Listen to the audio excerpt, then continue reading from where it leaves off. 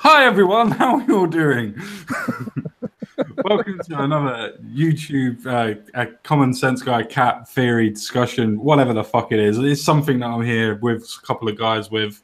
Right, let's calm down, center oneself. Let's collectively and consciously evolve. Yeah. Then, right, now today we're just going to be doing a little bit of a discussion, a bit of a fun little talk.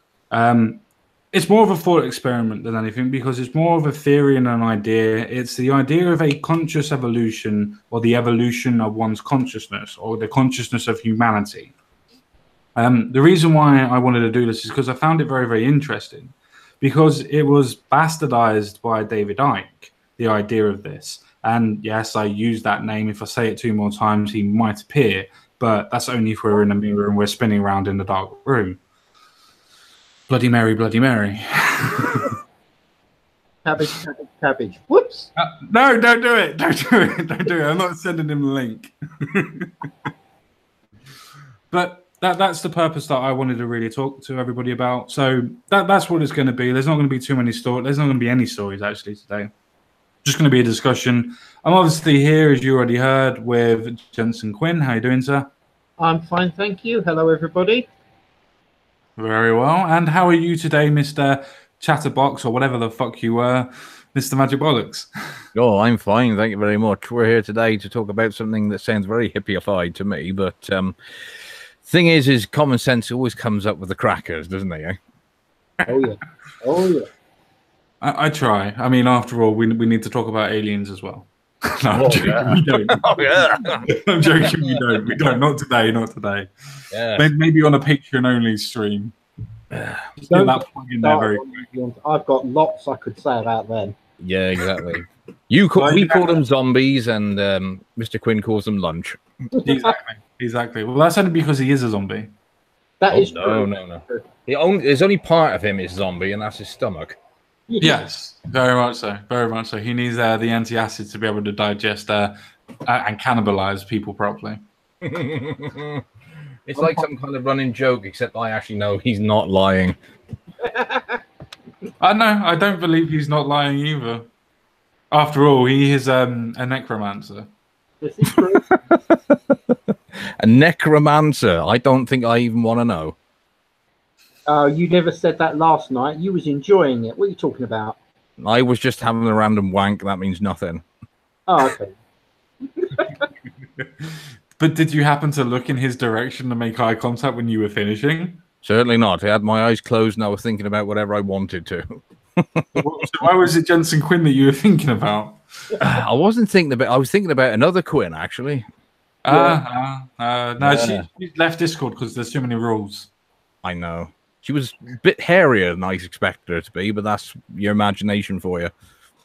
Yeah, well, she should really shave her armpits. No, it was a bit Problem. It was actually, right down her back, almost in the shape of an arrow. Well, do you know what the funny thing is? You know what the funny thing is? You could always have done that.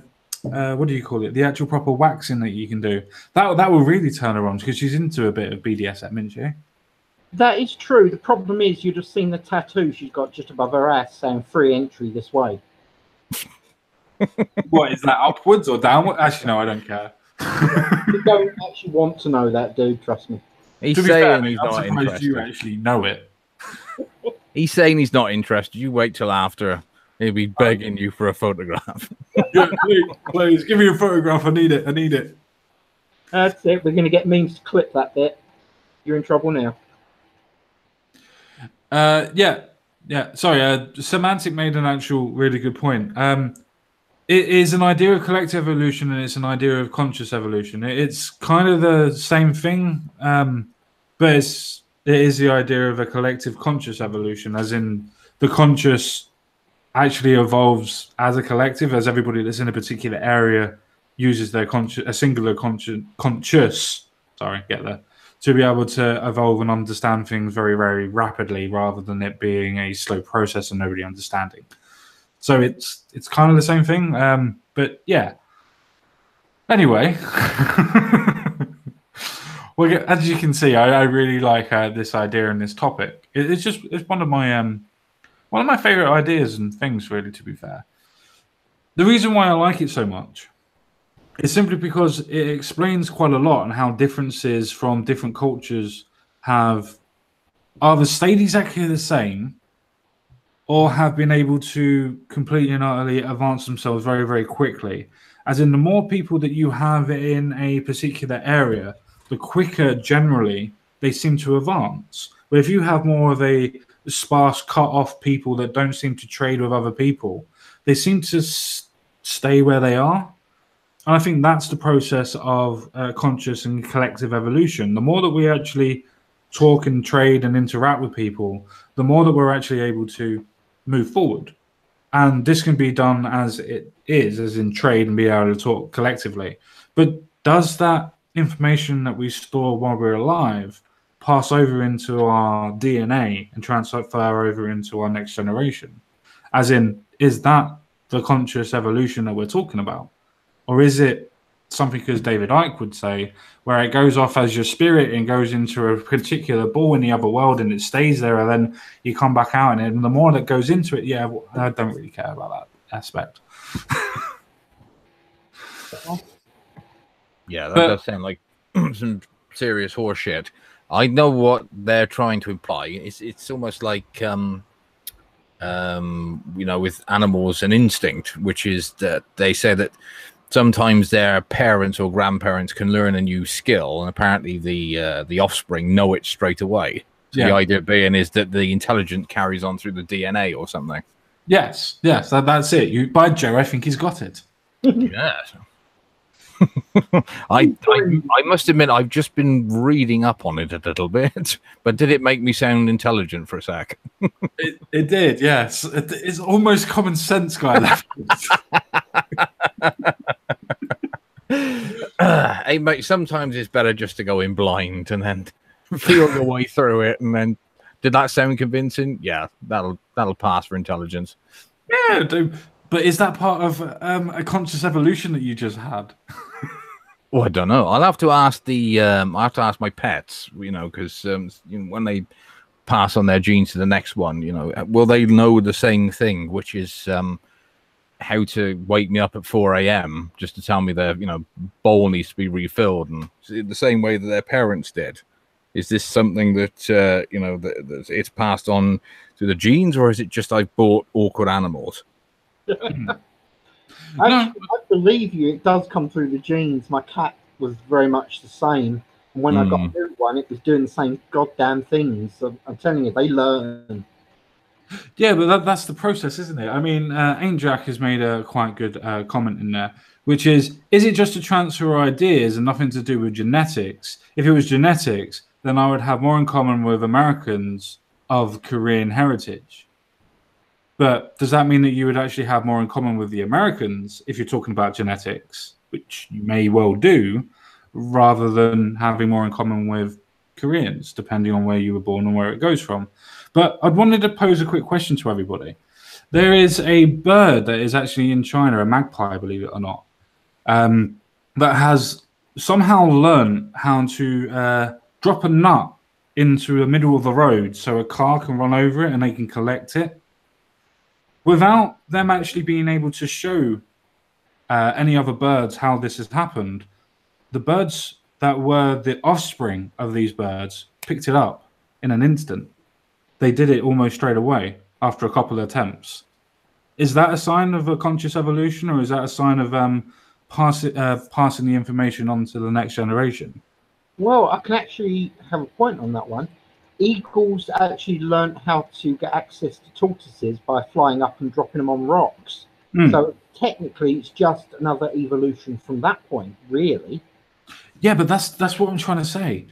I know it's a point of evolution, but is it a point of the actual collective evolution or conscious evolution of people being able to get it through their DNA and genetics? For instance, there's a pod of orcas that's in Norway, not in Norway, but around that area where they hunt. And the way that they hunt is that this is the only place in the whole of the world that these set of orcas that are Pacific orcas to this region that hunt this way, where they will actually push the seals up to the land, and they will almost beach themselves to get them onto the land to be able to bite them, to be able to get them. No other orcas ever do that around the rest of the world. It's only these people that do it. But the next generation do it better. They do it quicker. Now, is that a point of conscious evolution? I've been able to actually find it and actually be able to be transferred genetically or however it is done? Or is it just a case of them watching their mum and dads do it? Even though they don't hunt with their pods. It's probably a bit of both, isn't it? Yeah. Because, you know, it's the same in that you will have traits of your parents, whether you want it or not. But a lot of the things you learn is stuff you pick up just from being around them. And I just can't imagine the birds all sitting there in the line saying, yeah, watch this fucker, he'll teach you something clever. It's just, I think a lot of it is just, it's probably more nature than actual, in their case, nurture. It's just, you know, they obviously will observe, you know, these, like the magpies learning how to, you know, use, like you said, cars to run the nuts over, or even dropping, like Mr. Quinn said, dropping stones or rocks to smash them. Yeah. Now,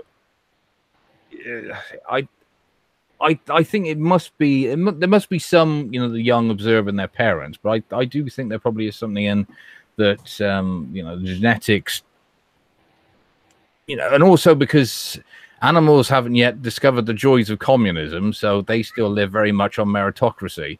No, they don't. Depends on what section of animal kingdom that you actually go through. After all, bees, ants, and other insectoids actually normally go under a monarchy or a communist style era. I thought for a minute you were going to say pigs. Why would I say pig? No. Pig. I'm not going on to Animal Farm. Yes. And when he says Animal Farm children, he's talking about the animated film, which is very entertaining. Whereas the other Animal Farm is disgusting and you shouldn't ever watch it. Oh, no, I was thinking of 1984. Sorry. No, not 1984. Oh, the other one. Fuck, I don't. The other one that he did.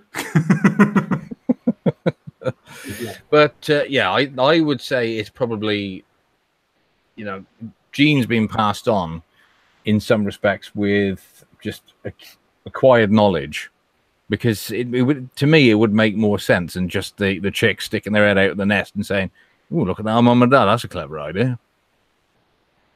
Yeah, no, that's true. I mean, Ainjack has made an exceptionally great point again in the comment section, which is try to open a bottle in front of a crow and watch how closely they watch. You then leave the water bottle after you close it and see how they try to open it by the cap. That's honestly very, very true. But I have something that can stomp that. Again, there is a magpie that is learned how to use a stick to be able to get a group of red ants or fighter ants onto the end of the stick so that it can eat it. Where would it have learned that? Because there is no monkeys or apes that would have been able to teach it. Sorry, not taught it. The fucking Queen's English, god damn it.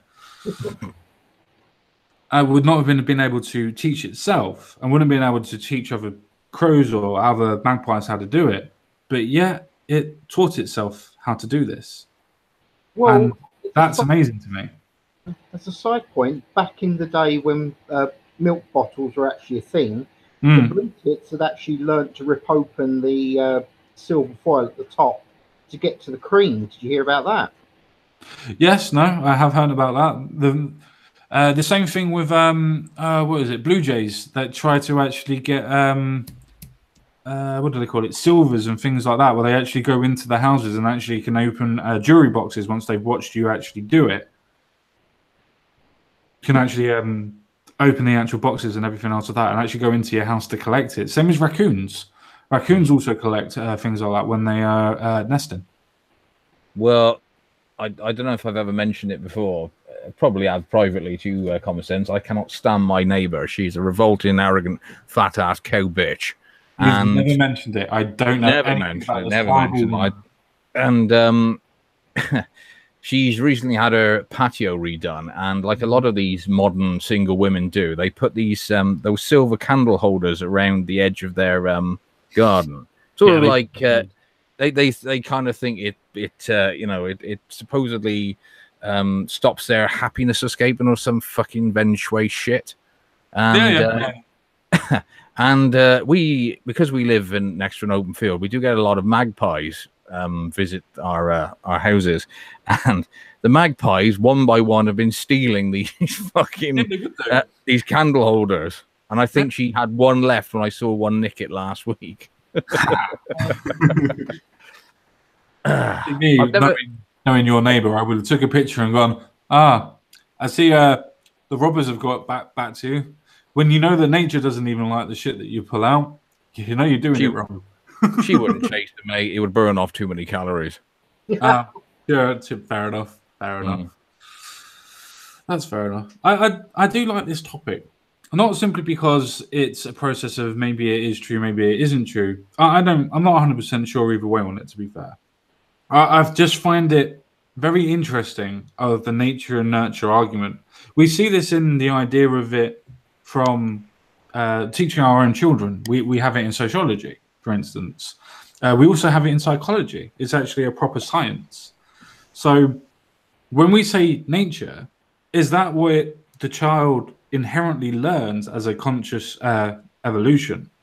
Or is it just a case of DNA in itself and just how we've evolved generally, that we've just naturally remember stuff? Or is it passed on?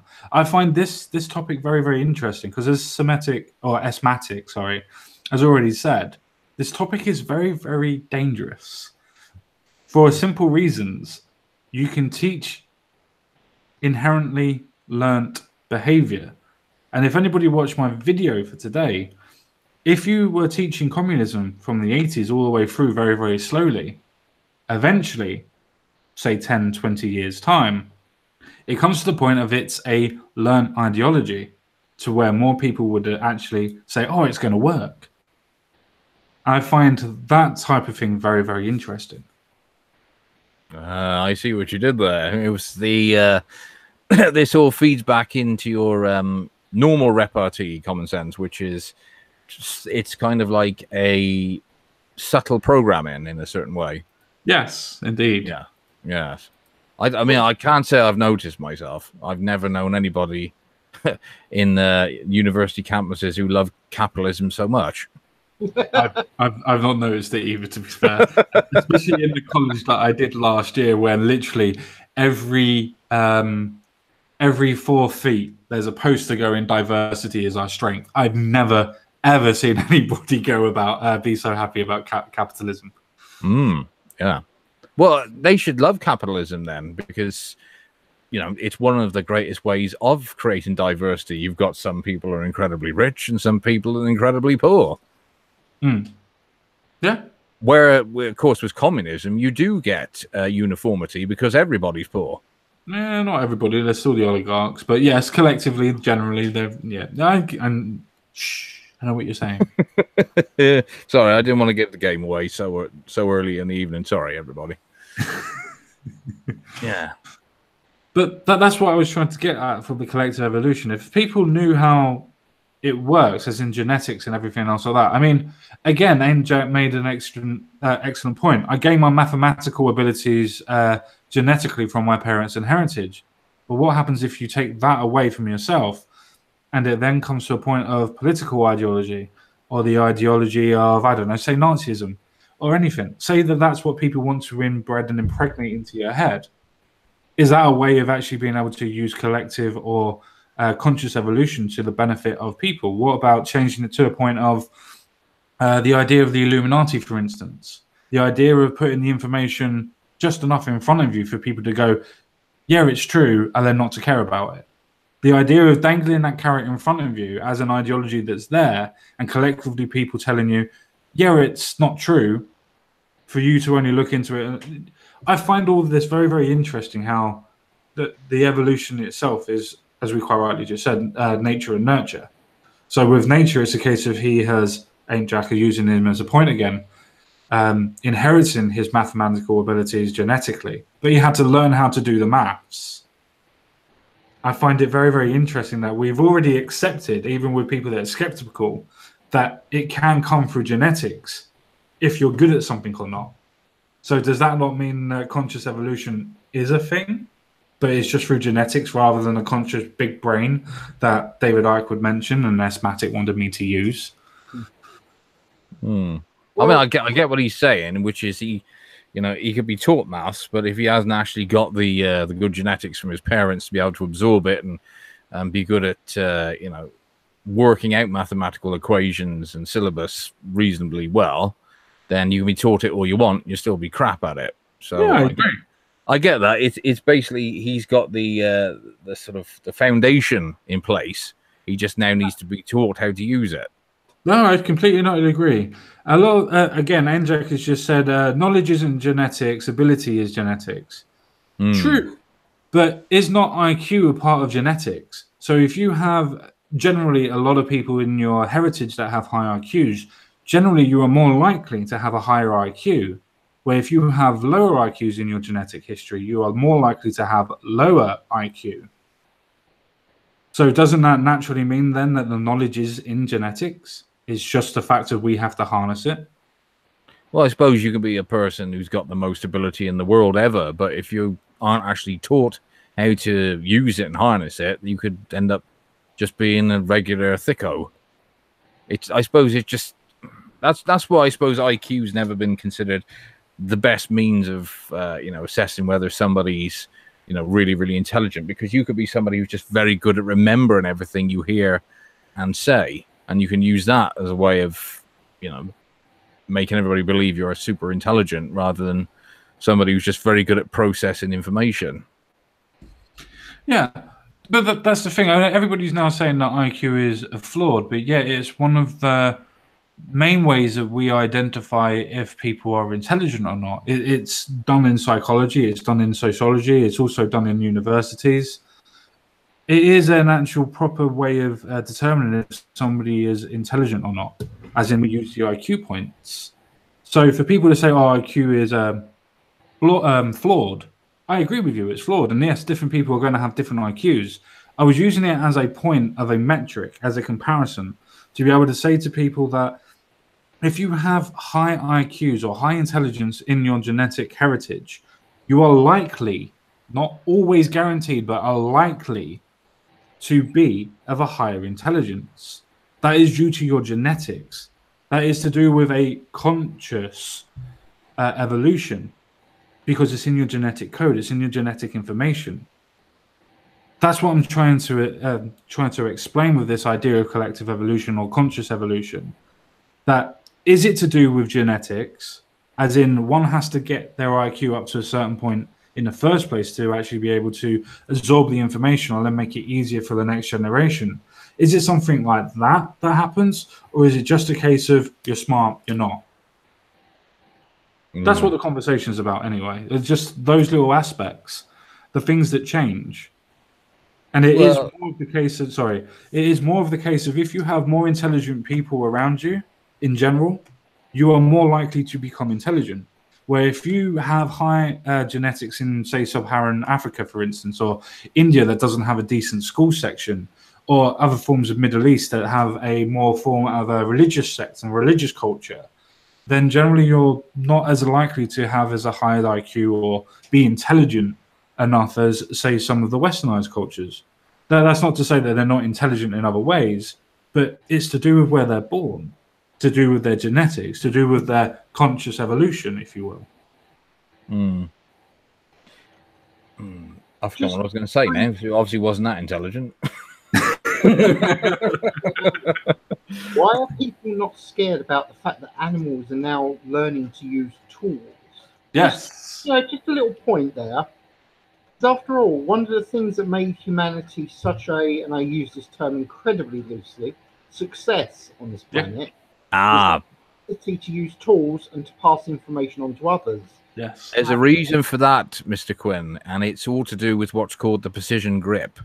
Because our thumb is in exactly the right position on our hands to be able to grip tools in a way that we can use them to the fullest of their abilities. Whereas, like our closest ancestors, which is the chimpanzees, they can grip like we do, but they don't have the precision like we do. So even when they can learn to use tools, they can't necessarily use them as efficiently as we can.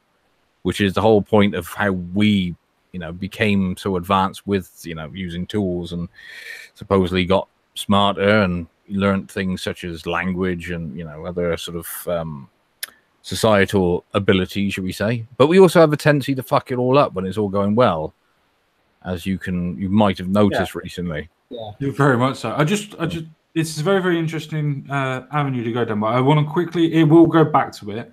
I quickly wanted to point out something that Ainjack has said again. IQ only tests your ability to survive in Western-style societies. No, it doesn't. It actually tests your idea of problem-solving and how your cognitive brain works on the right side and how it works on the left side, how your two sections of the brain are used to be able to problem-solve things. That's what IQ is generally tested for, is your problem-solving abilities and your abilities to read and understand what's going on. It's not your abilities to be able to survive in a Westernized society. Also, as well, he points out that tool use isn't important at all. I completely and utterly disagree with you on this, to the point of where tool use is one of the main reasons, as Jensen Quinn and Magic Bollocks have already alluded to, is one of the reasons why we're so successful. The idea of using tools to problem solve ways of getting food. That's the reason why people and animals have used tools to get food and make it easier. Sorry, carry on, please. Sorry. No, you're doing so well there. And with the thing with the IQ, I'm kind of a subject on that because I've high IQ, but absolutely bugger all education rating. So technically, I'm as smart as all hell and thick as shit at the same time. Yeah. Yeah, but that's fine. Do you include just basic common sense in that, though, Mr. Quinn? That's the one thing they don't include in IQ tests. That's true. True. And to be fair, my common sense rating is very much open for discussion at the best of times. I can either come out with the most apt statement, or I can come out with things that actually make people look at me and go, "What the hell has he been eating?" There's no other way. A lot of that is considered eccentric, and eccentrics, sort of century ago, were always considered the intellectuals, weren't they? True. Yeah, there are definitely signs of people that have intelligence. One of them is supposed to be laziness, because you can talk yourself out of doing stuff like, oh, I can do it later, or I can do it this time, or I can do it that, or whatever, or I don't need to do it. Or a lot of intelligent people also have a problem with authority as well, because they don't like the idea of somebody telling them what to do and how to do it, because they feel that they're intelligent enough to be able to do it. You are literally describing my school days right there. Yeah, hang on a minute. You're describing an average day for me. But that's because we're all very similar. I count myself in that aspect. No, I don't count myself as intelligent, but I count myself in those attributes as I've just described, because that's just the way that I am. But people generally will correlate together. They will correlate together. Fuck's sake, English, dickhead. They actually come together. They actually enjoy being together because they look for similarities. I know what you're saying. You're saying great minds think alike, aren't you? In a nutshell. In a nutshell. Well, you ain't going to get no disapproval from me. That sounds very good. Here's everybody in the chat. That's 3 very intelligent people on this channel.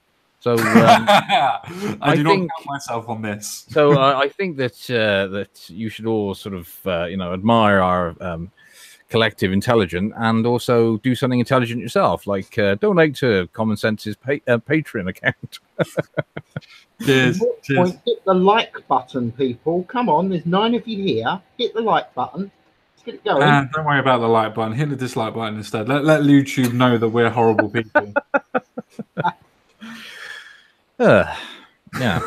Right. Well, after that, serious dick sucking there, I think that the whole idea that this, we've come to the sort of conclusion that there is a certain level of intelligence that's, I don't know, inadvertently passed on through genetics. But I'm sure there is, like I said, a certain level of, like I said, a load of crows just watch the smart ass one do all the work and then think, well, I'll teach my kids that, so then I don't have to do it. So I'm wondering whether the crow who's actually doing the work, cracking the nuts with either the use of dropping it into the road or using, a tool like a rock or something. And the other group of them are just sitting there watching. I think they're the intelligent ones because, like you said, they're letting somebody else do all the hard work, and they'll just go down and enjoy the fruits of its labor. Yeah. Very, very true. That's the point that I was trying to get through. Is it a case of it being a nature or a nurture? The fact is that we do count it as both, which means both would actually be able to help us collectively and consciously evolve, as in being able to learn things very quickly. But as we've had from the chat as well before, genetics play a massive role into it. If you don't already have the abilities of somebody that's previously gone through it, then you don't necessarily have the skill set to be able to do it, even if you wanted to, no matter how much you learn. I think that's very, very interesting. Now, some people would say, oh, yeah, well, that's just down to the limit of genetics. But is it? Is it down to the limit of genetics, or is it down to the ability of the parent to be able to pass on information through genetics onto their siblings, onto their children? Because I'm thinking of it being a Jensen-Quinn relationship and being incestuous. Boy. I'm sorry. We know he eats human flesh. I don't know if that automatically, includes incest. I don't think it is. I think he's just as scared as the rest of us. Yeah. Fair enough. Ain't Jack has made a point, okay? Active teaching is far more important to human evolution than tool use. And here's my argument against that. Without tool use, we wouldn't have books to pass on said information. Your move, sir. Oh, very good. Yes. Very, very true. You had to pick up the hammer before you could pick up the pencil. That's true. If you can't create the tool, right? People sit there and say about weapons and which ones are the best. The truth is, the best weapon is actually the axe, because the axe can be used to cut things down to make yourself a forge. And the moment you've got a forge, you can make anything. Again, the tool is the primary thing there. Yeah. Side point said earlier, Bollocks, about tools. You're saying that tools were created, blah, blah, blah. Think of it this way. We created the tool to fit our hand. It's not necessarily the best way to use said tool. It's just the best way we use said tool. I would say it is more the fact we, evolved to have the actual, ability to hold things like we do, because it is actually given the title, the precision grip, which no other animal has except us. Like I said, the chimp is the nearest one, and even theirs isn't precision. They can't hold things that we can in such an easy way. Like you gave a chimp a hammer, yeah, they can use it, but they couldn't use it as efficiently as we can. We can hit. You can hit a nail every single time if you're concentrating on what you're doing and not twat your thumb or something. Well, you give it to him, even if it's an incredibly smart chimp that you've actually trained to do it, chances are they won't get it right. They'll fuck it up because they haven't got the precision in their hand. Yeah, no, that's true. That's very, very true. Though you do have what are they called? What's Spike? The monkey from Ace Ventura: Pet Detective. I can't remember what it's a South African monkey. Manchikin. Don't know. Sorry, dude. Can't help. Anyway, that monkey that is from Ace Ventura: Pet Detective, not him himself, but the monkeys themselves can actually now use rocks to be able to break open nuts, so they don't use their teeth. Where 5 years ago they did not know how to do this. This is a learnt thing that they have decided to experiment themselves and try and learn themselves. Oh, okay. It wasn't a bonobo, was it? Sorry? It wasn't a bonobo, was it? Because I just saw a straight Sith male was trying to tell me in the chat that that they are supposedly the closest to us in terms of... Oh, the bonobos... You do realise that bonobos are an actual subsect of a chimpanzee, don't you? Of a chimpanzee, yes. Yeah. Ain't Jack suggests the capuchin? It sounds like it might be. Yeah, capuchin, yes. Sorry, yes. The capuchin, yes. That's correct, yes. So basically the monkey that likes frothy coffee. Yes, I would like a cappuccino as well. Yeah. I had to make that joke. Sorry, Dad.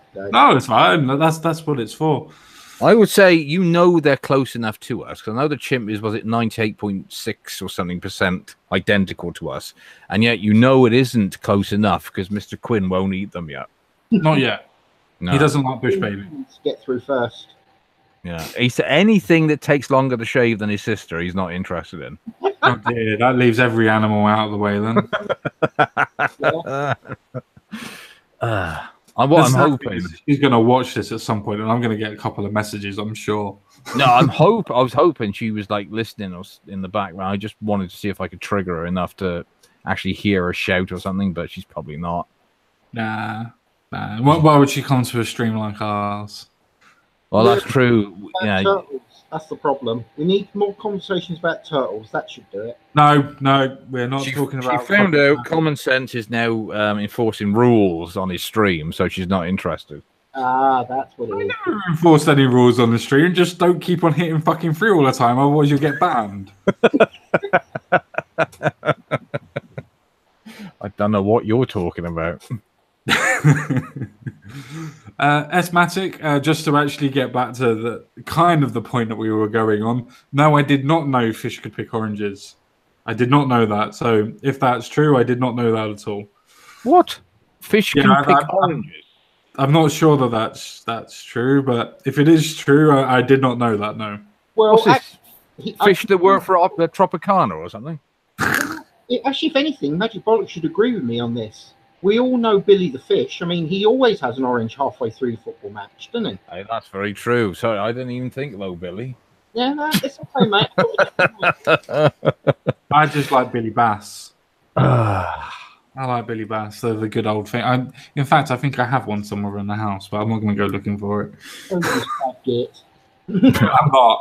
I don't have a clue where it is at the minute, so I'm not going to go looking for it. Oh, dear Lord. It'd be funny if you could like reprogram it with your own messages. That would be entertaining. But otherwise, that would be fun. But to be fair, all it is about recording it. So if you could do anyway, we're now going off into something completely different. So to be fair, I've got both of the worst people in the world. Hang on. No, I can keep it on message, but still talking about Billy Bass, which is if you were to do as Mr. Quinn say, record a message of your own, and that one broke, and you went and bought another one. Genetics, DNA, and all that. Would the same message still be on the new one? No. There's a difference between genetics and manufacturing, though, I suppose. You ruined it now. I thought I had a good idea going there. But no, I do find that the whole thing very, very interesting because it's all about, for me, it's not necessarily about the ideology of does it work. I think it does work. I think it is a case of nature can be passed on to the point of people more susceptible to believing different ideas. And I think we're seeing that in today's language with schools and everything that's going on, with the idea of the left taking over the schools and whatnot. That is now more prevalent than ever to want to go back to being a communist and a socialist and democratic socialism and so on and so forth. These ideas are being passed genetically, naturally, through our different generations to be more susceptible to the ideas of them. I honestly do think that is something that's happening. What would you say, though, to the son of a socialist who rejects it as utter horseshit? Not that I'm talking about myself, by the way. Well, no. The reason why I would say that if you look at the evidence for the fact of how many, say for instance, we use university lectures. 8 out of 10 university lectures from 2017 were considered to be left-leaning. Now, if you have that in universities and they're going to be talking about politics and things like that in general, or even just talking about social issues, they're going to lean left, which means if you have that for 6-7 years where you're doing a degree and then going on to a master's and what else, then it's a case of those ideas are going to be imprinted into you and you're always going to take those type of ideas with you. So if you then have children and things like that, and then they're already susceptible to the ideas because it's kind of based in your genetics now because of the ideas being imprinted, then it's a case of they would be more susceptible considering now it goes through primary school, secondary school, then college and university. And if you look at the video that I've done today, there are sections where it's already going through where you're not really allowed to talk about opposite views or opposite viewpoints. So I don't know. That sounds like somebody from above trying to make everybody into like a hive mind. You only think one way and you don't question anything, which is sort of like completely the opposite of what we're saying nature is supposed to be about, isn't it? Which is, you know, everybody passes on a certain amount of information through their genes, but if we all thought exactly the same and only passed on the same information, we'd never have got to the stage that we were. The whole point is all these different ideas, all these different philosophies, all these different theories. Sure. If everybody just passed on the same thing, the same thoughts and all that, you just don't progress. Kind of. What I'm trying to say, because I'm getting a couple of questions on what I'm trying to actually say. The thing is that I'm trying to mention is that if you have continuously people actually going through and agreeing with the ideas subconsciously about communism and things like that, I'm not saying that they will necessarily actually take the idea up, but it's more likely that they actually would be more susceptible to the ideas. And because it keeps on being portrayed and pushed, it's more of an idea that you're going to take that ideology. MC puts in, so you're saying that capitalism is genetically recessive? No, I'm not saying capitalism is genetically recessive. I'm saying that capitalism is not taught, so genetically it's not being susceptible. If you understand the meaning, because I'm trying to talk about conscious evolution, rather, these are all theories and ideas, and I'm not trying to say that I honestly believe in all of these, but it does make sense if you look at it from more of a historical point of view, especially after the 70s when everybody decided, in at least the UK, that socialism was fucking a crap idea and nobody should ever do it again. To the point of now it's coming to the point of where literally going to elect a socialist and a communist and a Marxist as our chancellor into our government again, and it's through the process of going through our schools, as it being accepted into our schools and being passed on. Now, I don't know if that's necessarily just a case of it being a nature point, or if it's a case of it being a nature and a nurture. I'm not 100% sure, but surely there is a point of it where it might be both, or at least there might be a chance that it's just one or the other. I don't know about that in terms of political belief, but I know you're trying to imply that you're thinking maybe from a genetic point of view people are more predisposed to have inklings towards the left, especially if they're maybe their parents are quite hard line lefties. But I think in today's case it's definitely more nurture, the way they're being brought up, either by especially if they're from sort of the economic middle, shall we say. I don't know because it's not as easy as just saying working class, middle class and upper class anymore. It's, I would say, people from slightly more affluent backgrounds seem to these days be the ones who are leaning more to the left, which is ironic because when we were growing up it was always left wing was more a working class, or seen as a working class movement, because the conservatives were the ones who had all the money and influence, and the left were the ones who wanted to change things so that they had a slice of the pie as well. But it seems like the left these days is just a rich person's way of getting or maintaining power at the expense of the ordinary man, under the guise of it being the best thing morally for everybody. And so maybe there is something in it if you're a person who's genetically more inclined to be supposedly caring and compassionate, because you won't want to be the type who's saying, well, you can't say no to these refugees. You can't say no to 1.5 million blacks coming into Germany in one go, because it would make me feel bad. Yeah. So, or 29-year-old people getting deported on a plane and then getting told that he's not allowed to be deported. Yeah. Well, to be honest, mate, in that respect, I would have just done a swap. which is okay, he can stay, but you're being deported. Yeah, no, that's true. But yeah, it's a difficult one because I sort of half agree, but I'm also very skeptical about that you could be a natural born socialist. I think most people can have their minds changed if they're willing to if they're willing to actually listen to arguments and listen to other people's point of view. And a lot of these young kids are being effectively programmed to never question anything. Sure. You know, they're almost being programmed like a machine.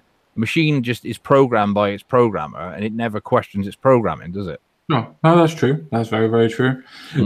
See, that's the reason why I wanted to discuss it, because I'm not for either way. So for people listening later on or whatever, I'm not for it either way. I'm not 100% sure. I know, for instance, that it is more of a case of indoctrination is taking charge of our nations and nation.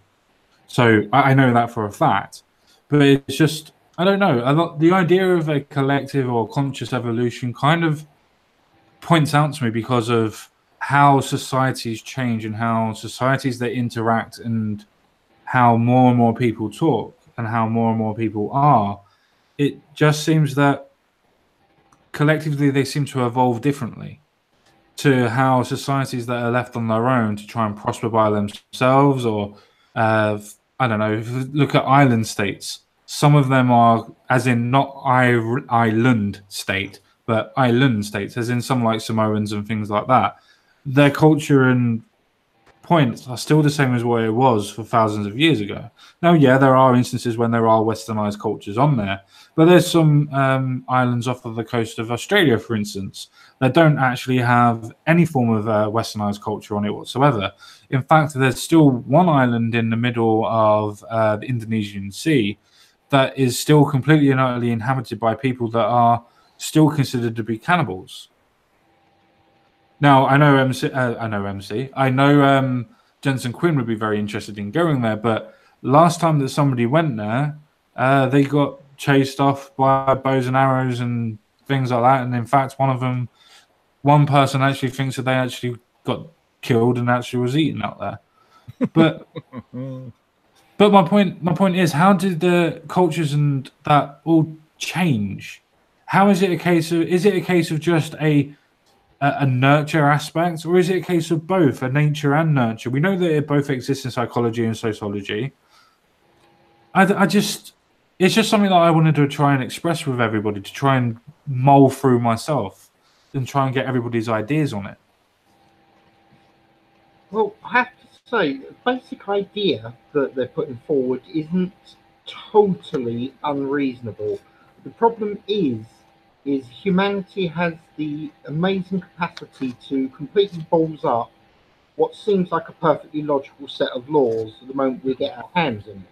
Yeah. So come up with these wonderful theories that actually make perfect sense. You give it to the people, and then they totally mess it up and end up making you think, well, my theory was obviously rubbish. The problem is it wasn't. It's the application of the theory that's gone wrong, not necessarily the theory. Yeah. Okay, good. Just wanted to check that we agreed on that. I don't know. That's the thing. I agree. I mean, after all, these are all just theories, and the thing is with theories is once you have a theory, you look for evidence to fit the theory. That's why you have to go through the scientific method of being able to get it peer reviewed.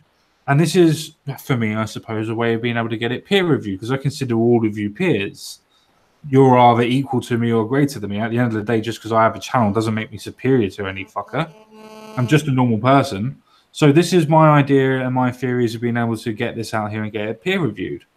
So I like the idea of it, and I was looking for evidence to fit it, and that's the reason why I wanted to discuss it. And it's more of an experiment of being able to try and talk to people and understand theories and not get shut down, and then see if people could change their minds either by me expressing my opinion or by you guys expressing your opinions to me.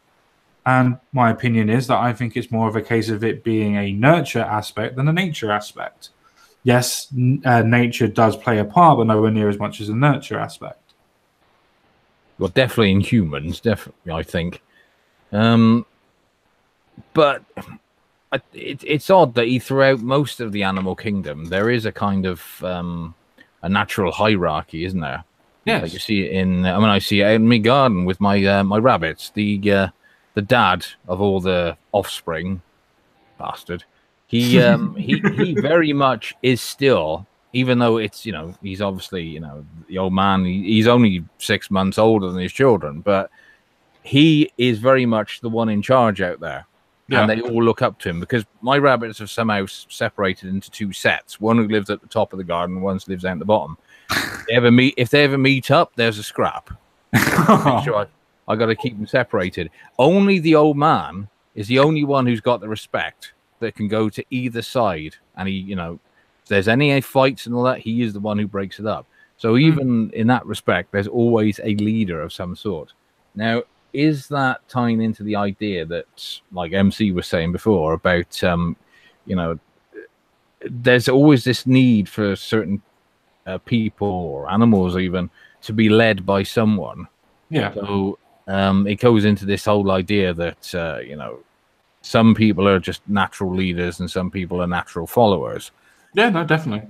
Now, have we sort of in the past, especially in the early part of our evolution, so like the first man who would actually figure out using his precision grip to mold the tool and use the tool, and then he was the one who more effectively fed his family, and so his family thrived where his neighbors couldn't figure out the tool and slowly starved to death in comparison.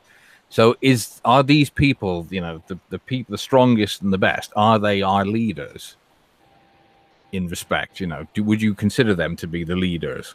Well, they would have to be, wouldn't they? They would have to be the leaders themselves in either the aspects of innovation or fighting or whatever it is that they're actually superior in. But what you've actually just described is the process of evolution, survival of the fittest. One set of people being able to find a way of doing something easier and being able to collect food quicker than another sect, and that other sect will die off. So naturally having the sect that would you be able to use the tool better would be the ones that would progress and actually populate more.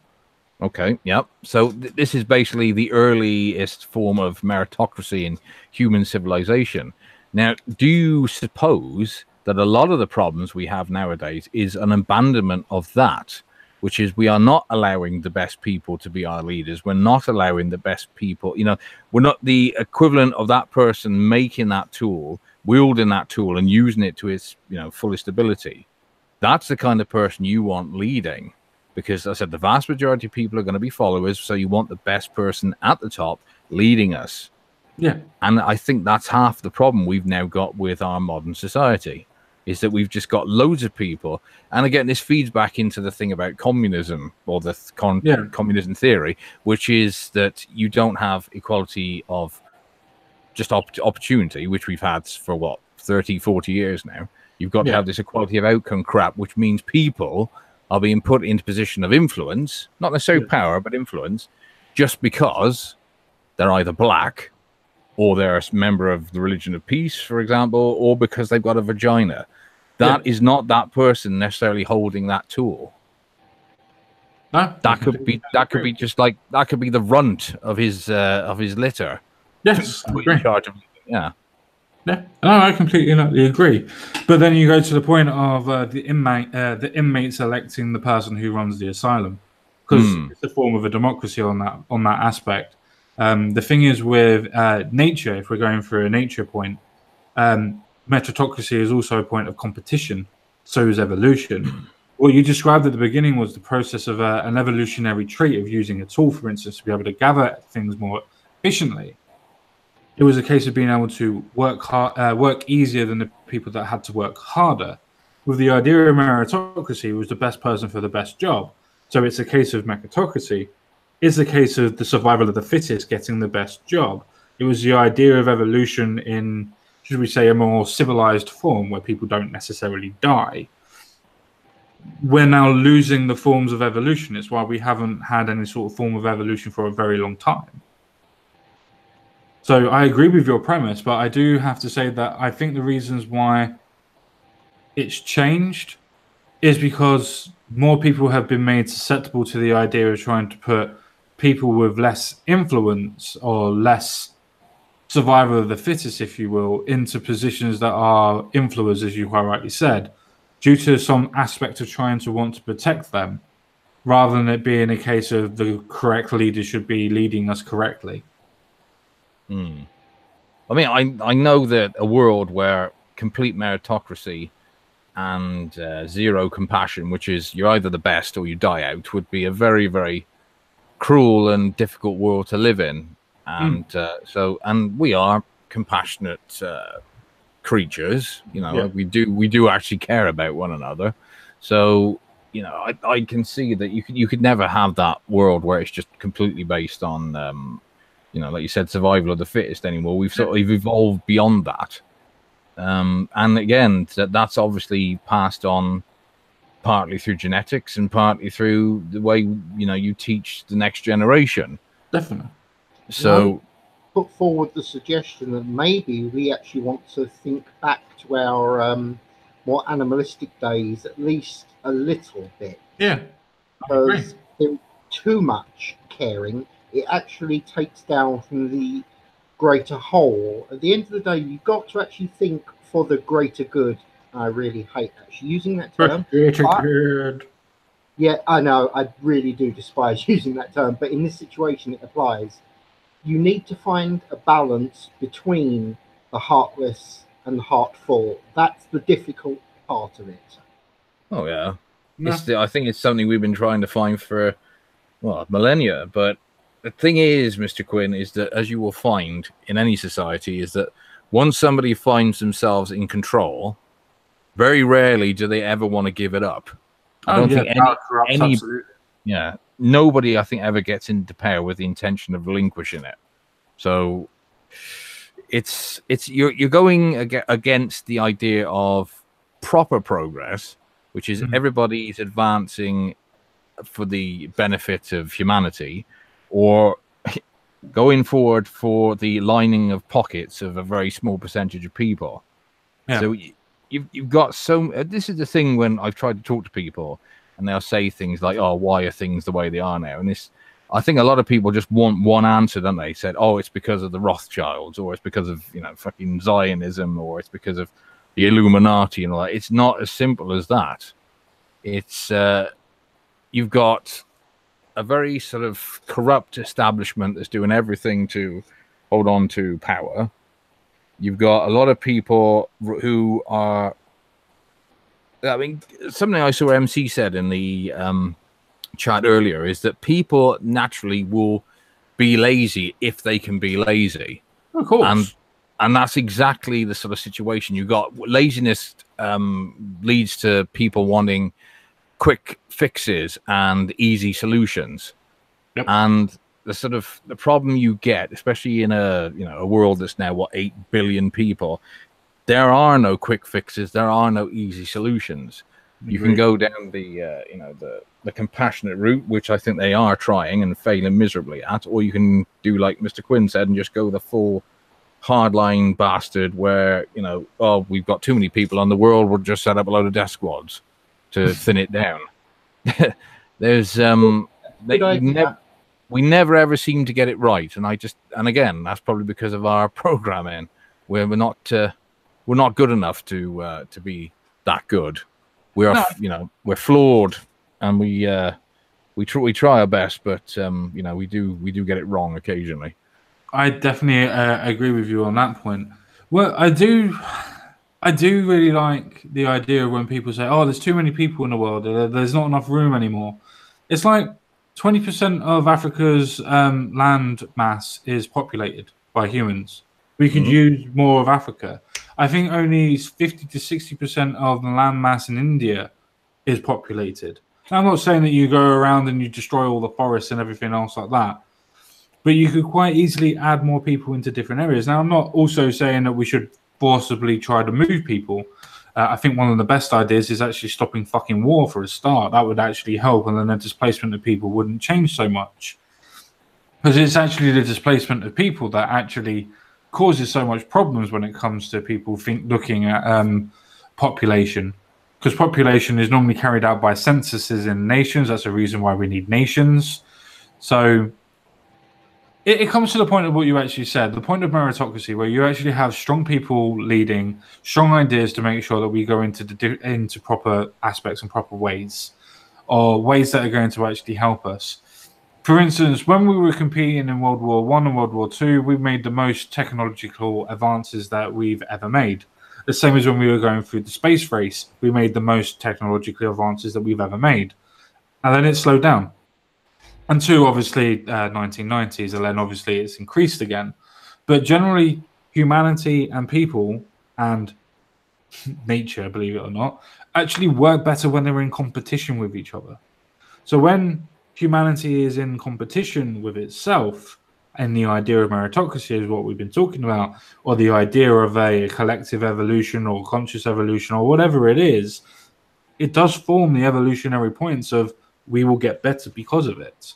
It's the same reasons why when people stop other people from talking and expressing ideas, those ideas get failed. Now, not all of the ideas that people are going to stop are going to be good ideas, but some of them might be. Some of them might be the ideas that completely and utterly change the idea of the world.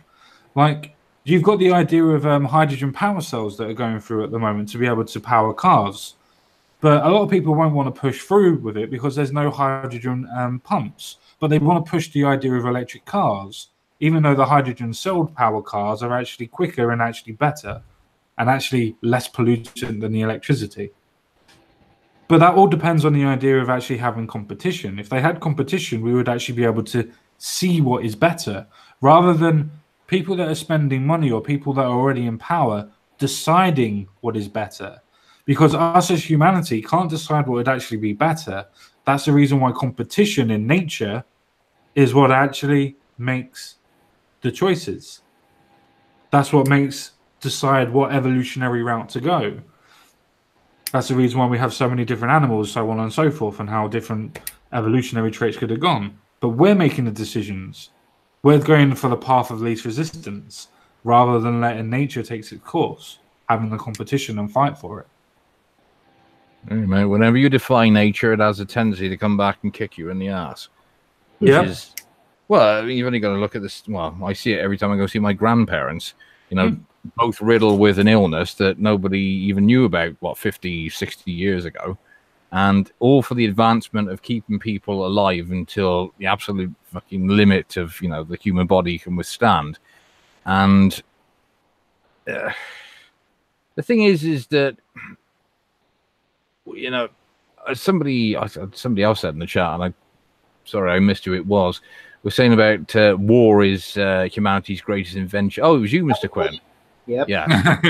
and it is when you think about it, because it comes down to what you were saying. We're naturally programmed for competition, and war is just an offshoot of that, which is, and it's good, because if you didn't have that desire to compete and be better than your fellow man, again, you'd have no progress. And maybe that's one of the things we really are missing nowadays, is people's drive to be better than other people.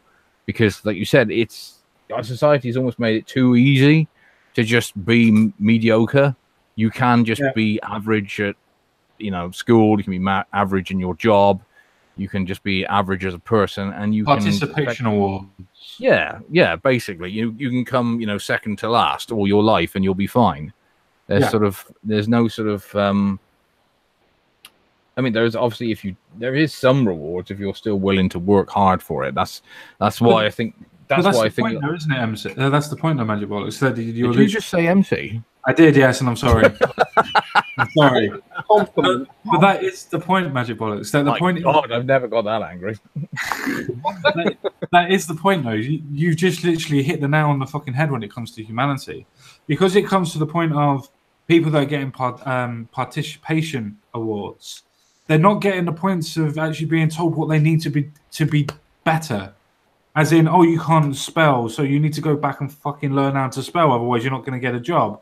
You need to run faster if you want to fucking start winning races, so on and so forth. But because we have these participation awards and they're there, Jimmy, it's fine. We're not, no, but that's the point. We're not learning. Competition makes us stronger, because then we want to compete. But if we get told that we're doing fine, we don't want to compete because we've already competed at a level that we feel is fine because we're being told we're fine. The greatest thing about humanity is that through diversity, fuck me, I'm really That was a dying. very poor choice of words. Yeah, but through what's the correct word? Adversity. Sorry, adversity. Through adversity, we become stronger.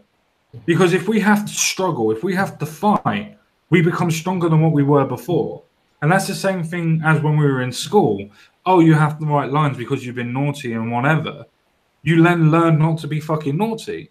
It's the same thing as when you are going through school and you're getting participation awards, as I keep on bringing up. You then think that you're doing fine, and you're not. That's where we need to go. We need to get rid of fucking participation awards. I'll throw a little random idea out here, and I don't know. Ooh, of course. But have you considered the fact that the world has actually become a damn sight worse since the Cold War has actually stopped? Because us on the West had an enemy to focus on. Now that they're no longer truly an enemy because we understand them as much as we do, we don't feel the drive to push to beat them. We need a something to beat. Once we've got that, humanity will actually get its ass back in gear. This is why I still think we need an alien invasion.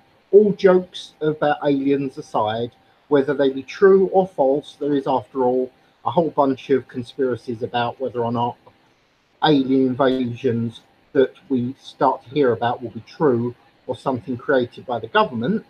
The point is that will actually force humanity to work together, get off their asses, and actually come together as the Terran Empire, which is what we're meant to be by now. Well, you see, you have the Septics to thank for that, because their means of ending the Second World War was basically the biggest warning in history to an unfriendly nation, which is, look what we can do to you if you piss us off. You know, we've tried traditional ground warfare, and we found that it was too much like hard work. So what we'll do is just drop 2 fucking great nukes to prove a point, really. We have this technology, don't mess with us.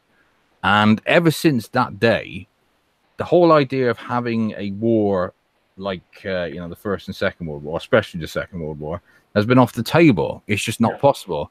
The whole time with the Cold War, and I know at the time in the 80s and in the 70s, there was this great feeling that nuclear war was going to break out at any minute. I don't think it was ever on the table, because it was just all it was potentially the biggest dick swinging competition of all time, which was who can spend the most on their military, who can hold the most ground in each other's territories, and also the big thing of capitalism versus communism. And in a way, you kind of, like Mr. Quinn said, you need that competition, but the way we've always had the competition throughout history, we cannot do anymore. And it does make you wonder sometimes if they have come to the conclusion that they still want the traditional fighting, because, like you said, it does sort of sort society out when it starts becoming predominantly lazy and too comfortable. And the only way they can get that is with good old-fashioned civil war, which is people fighting among themselves. Which is what's happening now. Which is what's happening now. I mean, again, this is just pure, conjecture. I've got no evidence to back this up. I'm just going on what I can see is traditional warfare in terms of 2 countries fighting each other. And obviously the last 100 years or so, it's been mainly Western countries fighting Western countries. We cannot do that. In the same way, though, they cannot just... obviously they've had warfare in the Middle East, but you can't fight a country in the Middle East the way 2 Western countries would fight. It would be, literally David and Goliath, but David with no rocks or catapult. Just literally fighting with his fists. It's... They can send troops in, but and make it look like they're having a hard time. When, to be honest, it's just delayed fucking victory. Yeah, it's no enemy at all. If I may add to your hypothesis, I think it's the case that if we look at your hypothesis and my hypothesis, we can quite easily conjoin the two together.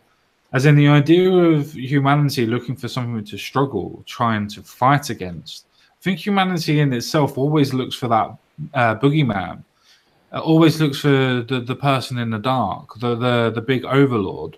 And if you can, as politics has done, has now put identity into the idea of politics, as in, oh, you're a conservative, you're a libertarian, you're this, you're that, then people are forming their groups and they have banners, they have flags, they have their mottos, they even have, in some aspects, their own songs that they sing, which in itself is the idea of being able to form their own armies. It's something to fight for. The ideologies are there. They're forming mini nations and nations.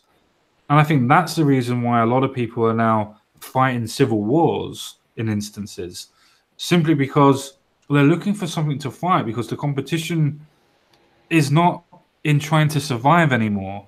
The competition is now putting your ideas, your ideology, your imprint, your will onto other people. And I think because we don't have the idea of surviving anymore, and don't the idea of living and making sure that we can survive as nature intended, so to speak, as in the competition aspect, because us as humans are always more happier when we're competing. It's the reasons why for people that did play sports or any kind of group activity, including gaming, you're always more happy when you're in a group and when you are fighting against other people, for instance, World of Warcraft, or if you're playing a game of football, or if you're playing a game of chess, you're always more happy when you're competing or doing good in the job or trying to meet a deadline. You have that good stress and that bad stress. And the good stress is always the one of trying to get somewhere, to do something. And we don't have that anymore. So to go on to your point, I think it's a case of we're now changing our competitive nature, and we're challenging. We're challenging. Can't even speak. We are channeling. Yes, we're doing that into actual. Yeah, we're challenging. Yeah, I can't fucking speak. We're putting that into the aspects of being able to say, well, we can't actually compete naturally, so we're going to force and synthesize an actual competition between ourselves. What is it that we can actually compete on and actually talk about nationalistically and talk in general about without worrying too much? Oh, politics, religion. Let's go straight into that. And I think that's where the competition is now. That's where the competitive nature of humanity is. That's the reason why we're failing as humanity, because we're fighting the wrong people. Definitely. Well, we're fighting amongst ourselves when we shouldn't be, really. No, we should be fighting to survive, getting jobs, getting ways of living, better life, rather than trying to fight each other on the idea and identity of politics. Yeah. Which, again, could feed into the theory that this is what they want, because they want a war, but can't have a traditional war, so we have to fight amongst ourselves to create a war of sorts. I don't know. Again, it's just a a theory based on what I see around me at the moment. But I agree. I would just like to quickly. Sorry, MC. Fuck. It's because I wanted to. It's because I wanted to talk about his point, because he's just literally put up in men are competitive, but not women per se. At least not to the same degree. Then you obviously have no idea when women actually start getting dressed up and they don't want to look like Sally and they want to outdress Bob. It's a case of they are competitive. They're just competitive in different ways. Trust me, humanity is competitive as itself. It's the idea of being able to get a mate, get a partner. It's the reason why when you notice that your wife or your partner at the time is always looking nice, pristine hair, makeup on all the time, always trying to do a little bit working out, and then it comes to the point of you bag her or you get her or vice versa, and then it's a case of they then retract because they won their competition. So women are just as competitive as men are. Well, in terms of when it comes to chasing down a mate, and also in terms of competition, if you mean in terms of how they get on with one another, then yes, they are very, very, very competitive. In fact, you'll find that working together, men get on much, much better than women working together, don't they? Because we don't have that same sort of competition that they do. Men sort of strive more for status, don't we? Whereas women are more obsessed with sort of like being the I don't know what's the right term for it, but sort of in terms of I mean, we might take the piss out of each other, but we don't have any ill towards each other. Whereas women will actually hate each other. Yes, over the most trivial of things. And I think that goes back to the evolutionary thing about they want to be the one that's noticed, so that the leader of the group will want to mate with her. It's idea attracting the best leader of the pack. Yeah. Well, I was trying to put it in a way that didn't sound so fucking cheesy. No, it's true though. That's why generally all women at schools and classes always go for the most popular and good looking in the classes. Back when you were at school, if you remember, same thing as when you were in offices, they go for the most outgoing and good looking man generally. The Chad, yes. Yeah, yes, the Chad. Get out of here, Katie. But I know what MC's saying though. In terms of it's like with that thing Jordan Peterson was talking about when they keep saying there's got to be more women in the fucking boardroom, and he was saying women don't want the life that male CEOs have. It's horrible. They have to work like 80, 100 hours plus a week. You're constantly getting into fights and arguments and all sorts of psychological warfare with other people, even in the same company and other corporations. You're constantly having to be, an asshole, and you've really got to have an untouchable level of ego. And these are all male traits, and some obviously males, especially alpha males, are absolutely full of it, and they thrive on it. They love being like that. Yeah. And even though there's always obsession to the rule, most women don't want that. They don't like being like that. It's not natural to them. Yeah. And that's why a lot of women, when they get to the board, they hate it, because it's not for them. It's not what they want. They don't want to work all these hours. They don't want to be a cunt 24 hours a day, 7 days a week. They don't get the buzz that men get from doing stuff like that. And that just straight away is the main difference between the sexes, is that as much as women like to lie to themselves, they are not programmed that way. They are programmed to rear the offspring of those men. Racist. I mean, sexist. I'm so sorry to be the one to tell the truth, but that is how it is, and that's how it's worked, and it's worked for thousands of years. If it didn't work, we would have all been dead by now. There'd be none of us here. Yeah. I agree. I just wanted to make the joke, but I would like to quickly point out. Oh no, mate! I insist you do it again. I'm going to, but this time I'm not going to call you MC. I'm going to call you MB. I'm going to adjust MC's point. Women didn't invent the phrase "hold my beer." No, they invented the phrase "hold my bag." Ooh.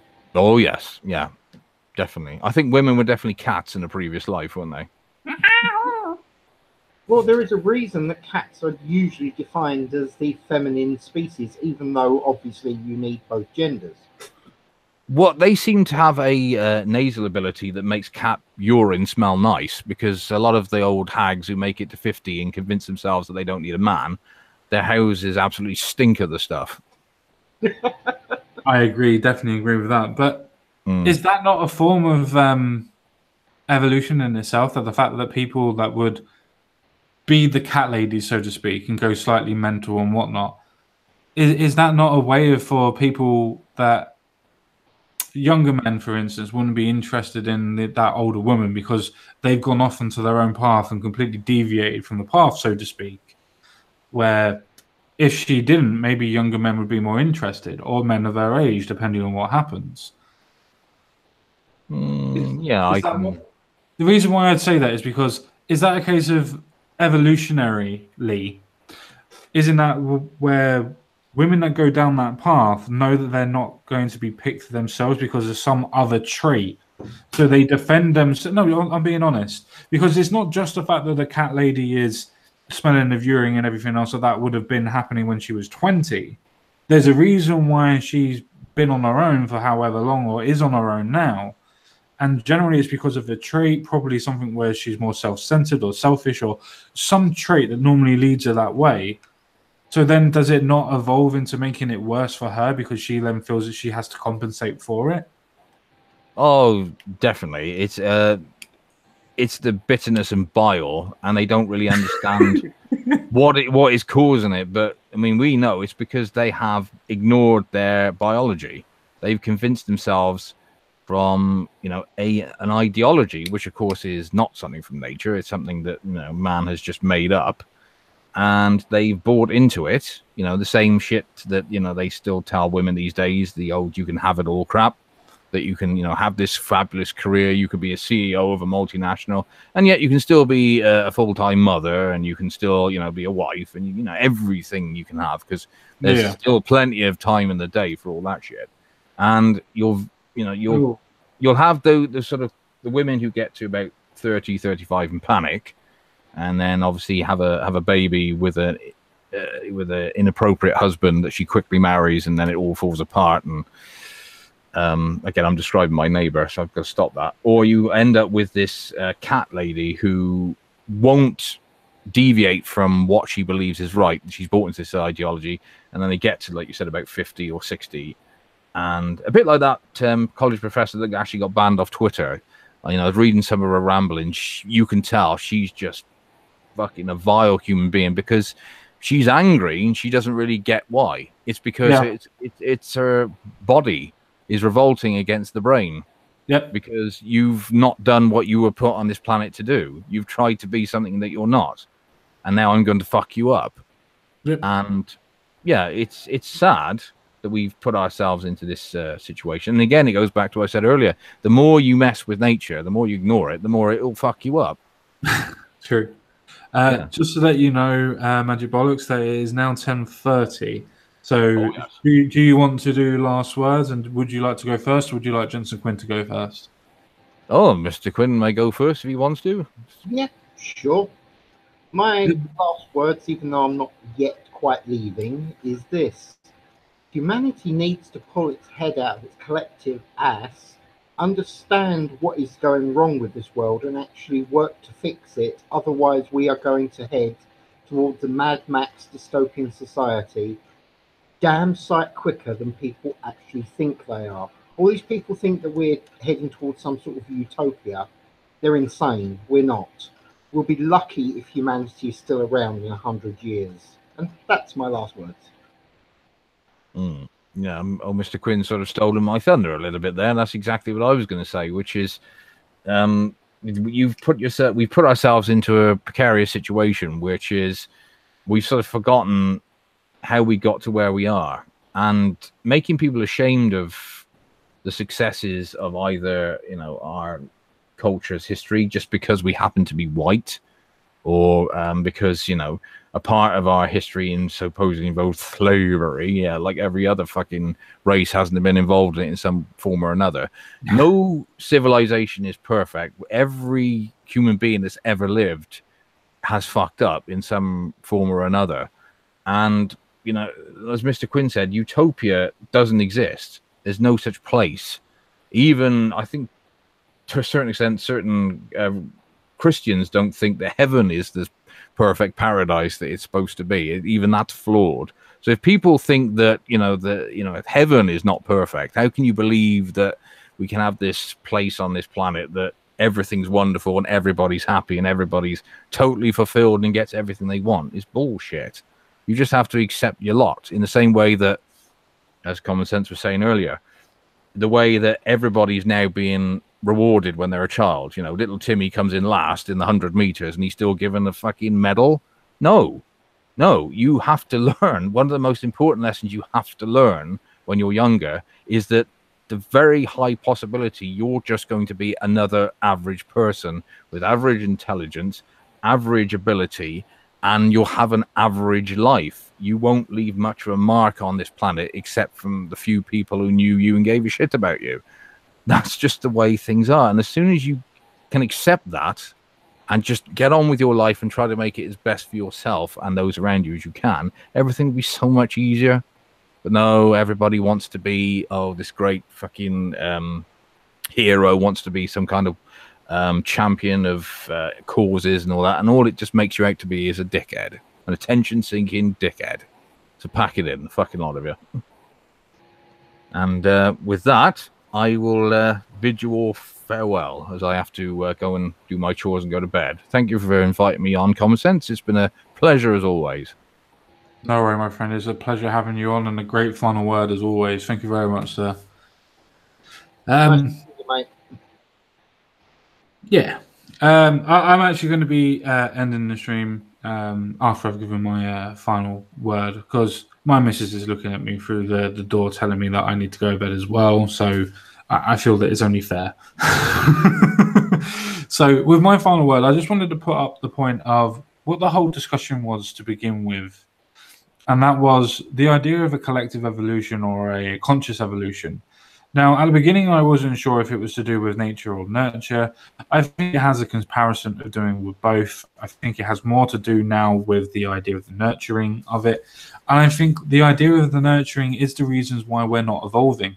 I think it's a case of the way that people are being treated at this moment in time is that everybody's being pandered to. Everybody's being told that they're special. The truth is nobody's really that special. It's what we put people on platforms for, as in we put people onto a plateau that we can't reach, that we can't get to, that we put them onto a pedestal is the correct word I'm looking for.